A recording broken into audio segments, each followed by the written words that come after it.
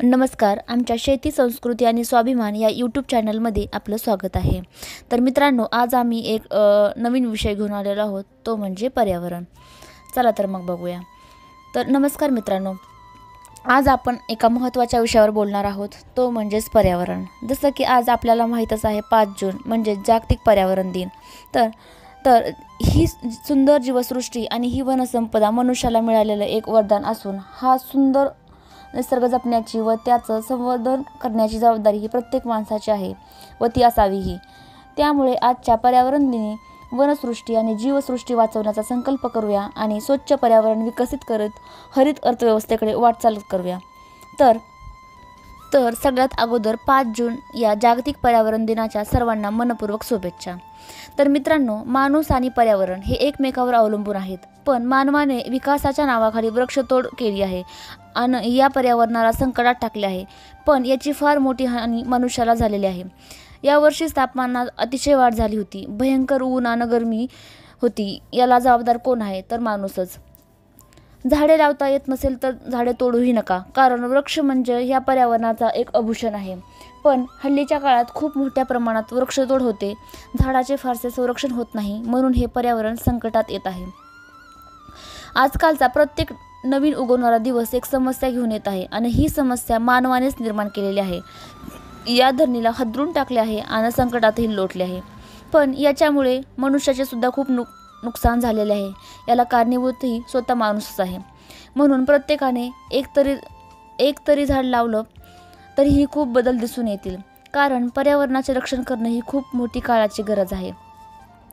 जास्तीत जास्त झाडे लावा आणि त्याचे संगोपन करा. पाणी जपून वापरा आणि आपल्या आजूबाजूचा परिसर स्वच्छ ठेवा.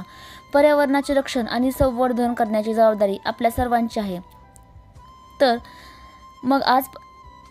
चला मग आजपासूनच पर्यावरणाचा समतोल राखण्याचा प्रयत्न करूया आणि पर्यावरणाचे संरक्षण करूया. तर त्या अगोदर आपण बघूयात पर्यावरणाचे महत्त्व. पर्यावरण म्हणजे फक्त झाडं नाहीत, तर त्यात येतं सूर्यप्रकाश, शुद्ध हवा, पाणी, वनस्पती, प्राणी आणि आपण सगळे. जर यापैकी एकही गोष्ट नष्ट झाली तर सगळ्या साखळीतच बदल होतो. आज आपण हवामान बदल, ग्लोबल वॉर्मिंग, पूर, दुष्काळ, जंगलआग यासारख्या अनेक समस्यांना सामोरे जात आहोत आणि याला जबाबदारी कोण आहे? तर ते म्हणजे आपणच. तर याचबरोबर आपण बघूयात वास्तवाची थोडी आकडेवारी. 1 एकर जंगल नष्ट होत आहे. भारतात दरवर्षी 10 कोटी टन प्लास्टिक कचरा तयार होतो. शुद्ध पाणी आणि स्वच्छ हवा ही अनेकांना अजूनही मिळत नाही. ही आकडेवारी ऐकून खूप वाईट वाटते ना? पण आता वेळ आहे कृती करण्याची. तर चला बघूया यासाठी आपण काय करू शकतो. ते म्हणजेच आपण दरवर्षी कमीत कमी 1 तरी झाड लावा. घरात प्लास्टिक बंद करा. त्याऐवजी क्लॉथ बॅग्स वापरा. पाणी आणि विजेचा अपव्यय थांबवा. रिसायकल करा. कचऱ्याचं वर्गीकरण करा. सार्वजनिक वाहतूक वापरा किंवा चालत किंवा सायकलीने जा.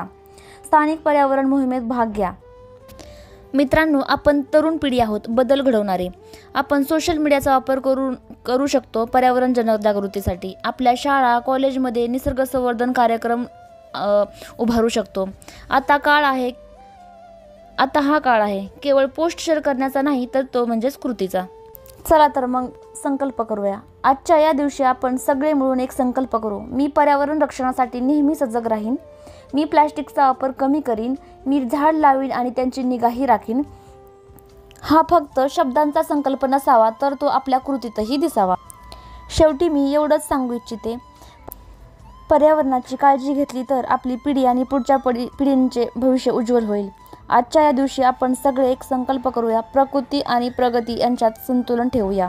तर मित्रांनो, अशा प्रकारे आमचा हा छोटासा प्रयत्न जर तुम्हाला आवडला असेल तर नक्की शेअर करा, लाईक करा आणि अशाच ज्ञानवर्धक व्हिडिओसाठी चॅनलला सबस्क्राईब करा. आणि हो, कमेंटमध्ये नक्की सांगा तुम्ही यावर्षी पर्यावरणासाठी काय करू शकता. आणि हो, पृथ्वी आपली आहे आणि ती आपल्याला वाचवायचीच आहे. धन्यवाद आणि विश्व पर्यावरण दिनाच्या हार्दिक शुभेच्छा.